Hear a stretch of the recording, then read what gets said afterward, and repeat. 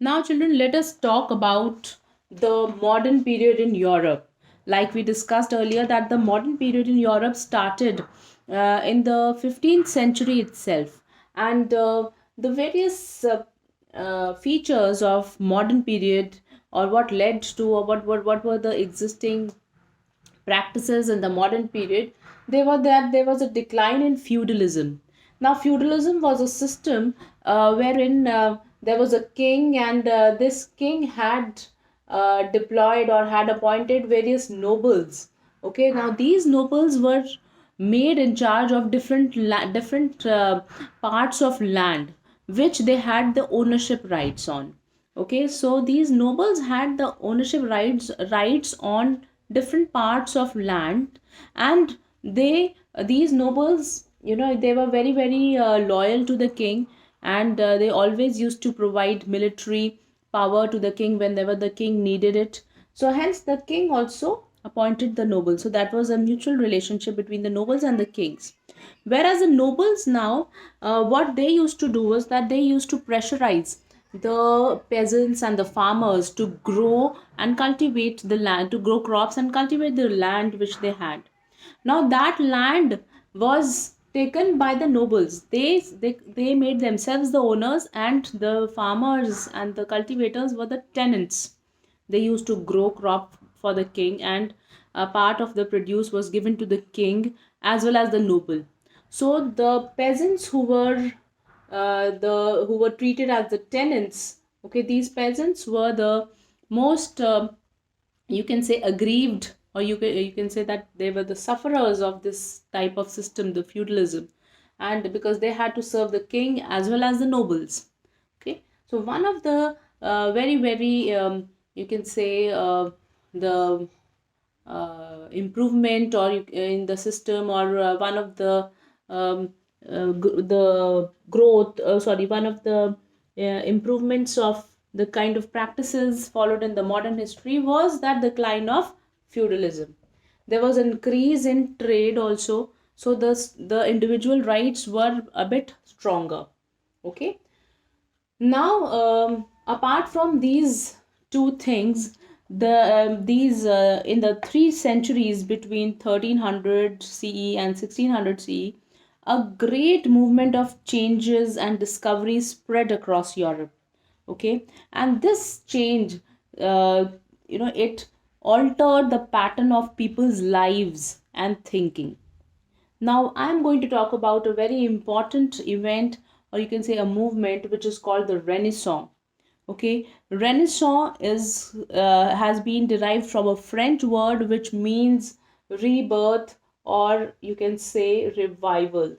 Okay, so rebirth or revival. Now this the Renaissance was a movement which represented a new spirit in every field.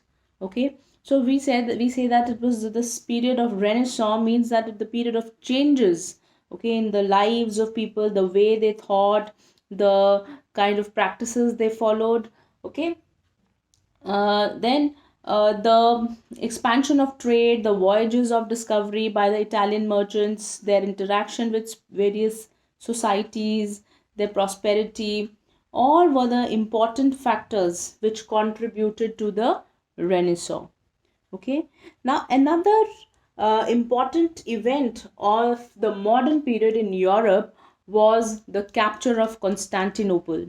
Now, this was the capital of Byzantine, which is the Eastern Roman Empire. Okay, it was captured by the Ottoman Turks. Okay, and this capturing of Constantinople had various effects, which were positive effects, you can say.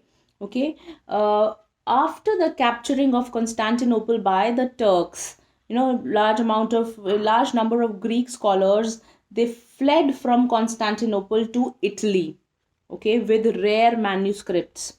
Now these scholars were patronized by the rulers or the rich merchants of Italy. Okay, now what do you mean by patronized? Patronizing means that they were given support, they were encouraged about what they have, what knowledge they had. So they fled from Constantinople. Okay, and they went to Italy, where their knowledge was acknowledged. Okay, they were given recognition. So various libraries were set up, universities were set up, and this was done to promote classical and modern thinking. So after the capture of Constantinople, when the Greek scholars they went to Italy, okay, then that led to the establishment of classical and modern thinking. How? We just discussed that these scholars they fled there and they were patronized by the Italian kings and the merchants there of Rome and Venice, okay, and Milan. So the modern and the classical learning that was getting established. Now, now, the Renaissance or the revival of classical Greco learning inspired and encouraged people. Now, because of this classical learning, there were different effects in the society. Now, what were the different effects which were happening? People were getting encouraged to question the teachings of the church. Earlier, people used to follow whatever the church would say. The Pope would say that this is going to be like that, this, and there should be no questions, no questioning the authority. But now with the kind of knowledge and the learning which the Greek scholars had spread, people began to become rational in their thinking. They began to become humane. Okay. Now I will explain you the meaning of both these terms. Rationalism. When I say that people became rational in their thinking, that means that people it is a rationalism is a philosophy, or you can say that belief that the behavior or the opinions should be based on some logic. People refuse to follow emotional logic behind certain things. So rationalism is a philosophy. You can say that there has to be some fact or evidence, or you can say that there has to be some reason behind, which is a wise reason behind following. For example, I'm giving you an example, and a very common example, like if we say that we are going for some important work and we are just leaving house, and the our path is crossed by a cat, then we say that it's a bad omen. But what is the logic behind it? So that is why now the people started questioning. They became more rational. Okay. In the same way, humanism is a system of thought that considers that solving human form problems with the help of reason is more important than religious beliefs. So if somebody says that if you are not feeling, or you're not healthy, or maybe you're not scoring marks in your exam, you wear a ring in your ring finger, and the things are going to get okay with you, then that means that it should be supported by some real logic.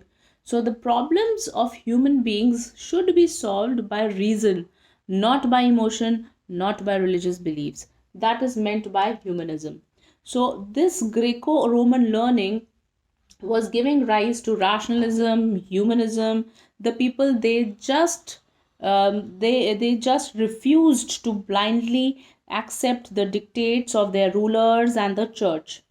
They demanded to know the truth based on logic and reason, and they rejected everything that which did not satisfy them. Okay, so this led to various new developments.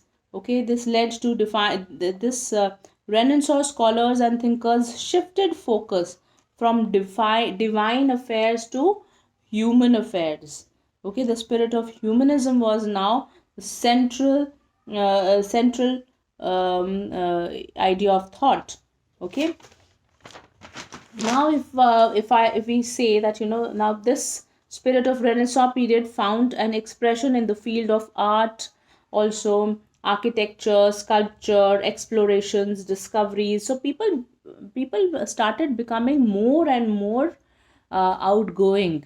Okay, they were not ready to accept what was being followed by from centuries. Okay, so this was it. This was about Renaissance and the effect of the capture of Constantinople.